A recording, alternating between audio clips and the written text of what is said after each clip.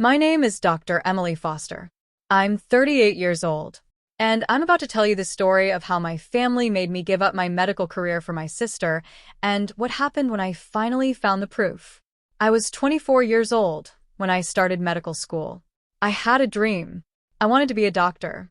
I wanted to save lives. I wanted to make a difference. I wanted to help people. I wanted to heal people. I wanted to make the world a better place. I had always wanted to be a doctor. I had always wanted to help people. I had always wanted to stand up for what was right. I had always wanted to make a difference. I had always wanted to be somebody. I worked hard. I studied hard. I sacrificed everything. I got into medical school. I graduated. I became a doctor. I started my residency. I was on my way. I was living my dream. I was achieving everything I had ever wanted. I was becoming the person I was meant to be. My parents were proud of me. They said, "Emily, we're so proud of you. You've done so well. You've achieved so much. You're going to be somebody. You're going to be a great doctor." My sister was jealous. She said, "Emily, you got lucky. You just got lucky. You didn't work for it. You just got lucky. You think you're better than everyone else." I didn't argue. I didn't fight. I just kept working. I just kept studying. I just kept moving forward. I just kept becoming the person I wanted to be. I just kept achieving my dreams. I just kept helping people. My sister's name was Jessica. She was 2 years younger than me. She had always been the favorite. She had always gotten everything she wanted. She had always been given everything. She had never worked for anything.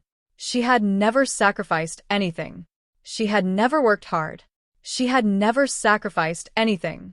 She had never achieved anything. She had never done anything. She had never been anything. She had never been anybody. She was jealous of me. She was jealous of my success. She was jealous of my career. She was jealous of everything. She wanted what I had. She wanted to be me. She wanted my life. She wanted my success. She wanted my future. My mother said, "Emily, your sister is struggling. She doesn't know what to do with her life. She needs help. She needs guidance. She needs you. She needs your help. She needs your guidance." I said, "Mom, I can help her. I can give her advice. I can guide her. But I can't give her my career. I can't give her my life. I can't give her everything I've worked for. I can't give her my future." My mother said, "Emily, you're being selfish. You're always so selfish. Your sister needs this. She needs a chance. She needs a fresh start. She needs your help. She needs you to give her a chance." My parents pressured me. They pressured me every day. They said I had to help my sister. They said I had to give her my career. They said I had to give her my life. They said I had to sacrifice everything for her. My mother said, "Emily, if you give your sister your career, she'll have a future. She'll have something to do with her life. She'll be happy. She'll be successful. She'll be somebody. She'll be everything." My father said, "Emily, this is what family does. This is what good people do. You're a good person. You'll do the right thing. You'll help your sister. You'll give her a chance." I was surrounded. I was pressured. I was guilt. I was manipulated. I was cornered. I had no choice. I had to do it. I had to give her my career. I had to give her my life. I had to sacrifice everything. I gave up my career. I gave up my dream. I gave everything to my sister. I gave her everything I had. I gave her my future. I gave her my life. My sister took over my career. She took my job. She took my patience. She took my reputation. She took everything. She took everything I had built. She took everything I had worked for. She took everything I had achieved. She didn't know what she was doing. She didn't know how to be a doctor. She didn't know how to help people. She didn't know how to do anything. She was incompetent. She was useless. She was terrible. She was a disaster. She was a failure. She ruined everything. She lost patience. She lost cases. She lost respect. She lost everything. She destroyed everything I built. She ruined everything I worked for. She wasted everything I had done. She destroyed my reputation. She destroyed my future. I watched her destroy my career. I watched her ruin my reputation. I watched her waste everything I had built. I was devastated. I was hurt. I was angry. I was broken. I was destroyed. I said, "Mom, Jessica destroyed my career. She lost everything. She didn't even try. She didn't even care. She didn't even try to be a good doctor." My mother said, "Rachel, you can't blame her. She just wasn't ready. She needed more time. She needed more support. She needed more help. She needed more guidance." I didn't go back to medicine. I couldn't. I had no reputation. I had no patience. I had no future. I had nothing. I had lost everything. I had lost my career. I had lost my life. I worked minimum wage jobs. I struggled. I survived. I worked at a coffee shop. I worked at a grocery store. I worked at anything I could find. I did anything I could to survive. I did anything I could to make ends meet.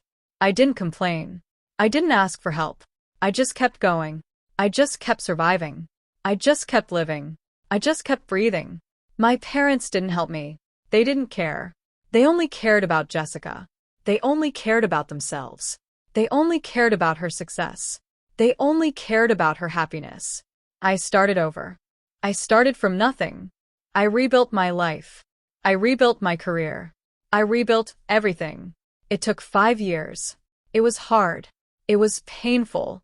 It was exhausting. It was the hardest thing I had ever done. It was the most difficult thing I had ever experienced. It was the worst time of my life. But I did it. I rebuilt everything. I rebuilt my life. I rebuilt my career.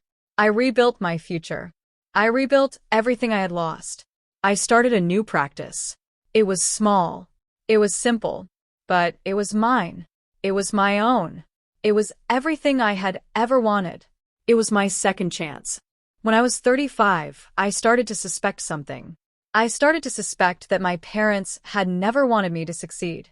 I started to suspect that they had planned everything. I started to suspect that they had betrayed me. I started to suspect that everything was a lie. I noticed things. I noticed that my mother was always pushing me to give up my career. I noticed that my father was always supporting Jessica. I noticed that Jessica was always getting everything she wanted. I noticed that my parents never talked about my career. I noticed that they always changed the subject when I brought it up. I started to ask questions. I said, "Mom, why did you make me give up my career? Why didn't you let me keep it? Why did you take everything from me?" My mother said, "Emily, we were trying to help you. We were trying to protect you. We were doing what was best for everyone. We were doing what was best for you." I said, "Mom, it wasn't best for me. It wasn't best for my career. It was best for Jessica. It was best for you. It was never about me. It was always about Jessica." I was 38 years old when I got a call from a former patient. Her name was Mrs. Patricia Henderson. She was 75 years old. She had been a patient of mine 10 years ago. She had been one of my first patients. She had trusted me. She had believed in me. "Emily," she said, "I have something for you. Something I've been keeping for 10 years. It's a file. A file on your sister. A file on your parents. A file on everything they did to you." I said, "What file?" What are you talking about? She said, "Your mother came to me 10 years ago. She asked me to stop seeing you as a doctor. She told me you were unreliable. She told me you were unprofessional. She told me you were going to fail. She told me you were a bad doctor." I was shocked. I was hurt. I was angry. I couldn't believe what I was hearing. I couldn't believe my own mother would do this to me. I met her. She handed me a file. It was thick. It was full of papers. It was full of everything. It was full of the truth. It was full of the proof. "Emily," she said, "I've been keeping this for 10 years. I wanted someone to know the truth. I wanted you to know the truth. I wanted you to know what your family did to you." I opened the file. I started reading. I couldn't stop. The first page was a summary. A single sheet of paper that listed everything. Everything they had done. Everything they had taken. Everything they had destroyed. Everything they had lied about. Summary of Professional Sabotage and Career Destruction of Dr. Emily Foster. I read the words. My heart stopped. I couldn't breathe. I couldn't think. I couldn't feel. I couldn't believe what I was reading. Professional sabotage. Mrs. Foster contacted Emily's patients. She told them Emily was unreliable. She told them Emily was unprofessional.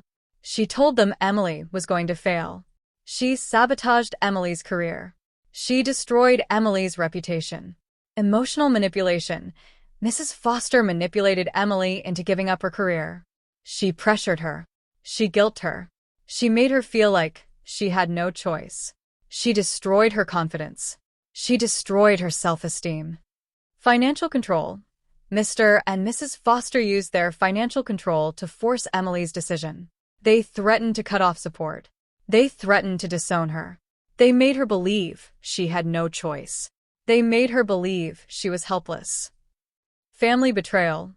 Emily's parents and sister conspired against her. They planned everything. They took everything. They destroyed her career. They destroyed her life. They destroyed her future. I turned the page. Behind the summary were the details. Page after page after page of evidence. Each one a knife in my heart. Each one a piece of my life. Each one a piece of the truth. Mrs. Foster came to me. She said her daughter Emily was unreliable. She said she was unprofessional. She said she was going to fail. She asked me to stop doing business with her. She asked me to stop seeing her as a doctor. Mrs. Foster called me again. She said her other daughter Jessica was much more capable. She said Jessica would be taking over Emily's career. She said I should do business with Jessica instead. She said Jessica was a better doctor. Mrs. Foster told me Emily was having mental health issues. She said Emily couldn't handle the pressure. She said she was worried about her daughter. She was lying. She was always lying. Mr. Foster called me.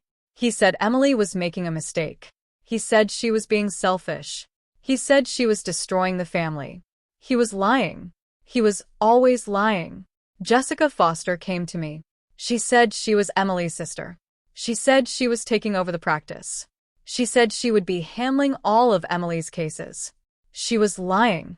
She was always lying. I documented everything. I documented everything they did. I wanted someone to know the truth. I wanted Emily to know the truth.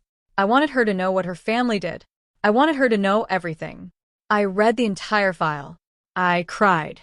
I couldn't stop crying. I cried for hours. I cried until I had no tears left.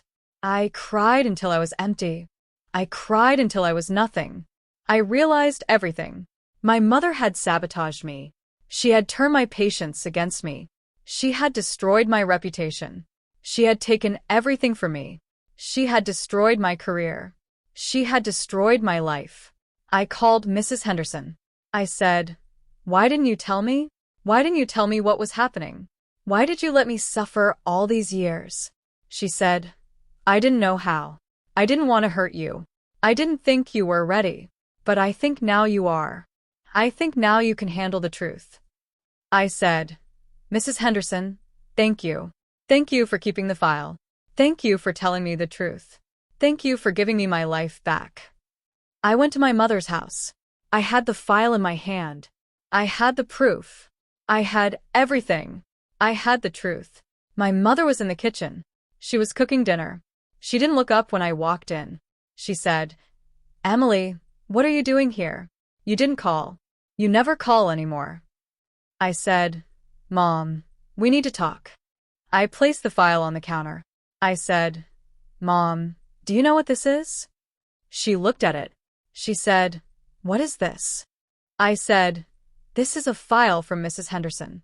It's a file on you. It's a file on everything you did to me. It's a file on all your lies. It's a file on your sabotage." I started reading from the file. I read about the sabotage. I read about the manipulation. I read about the lies. I read about everything.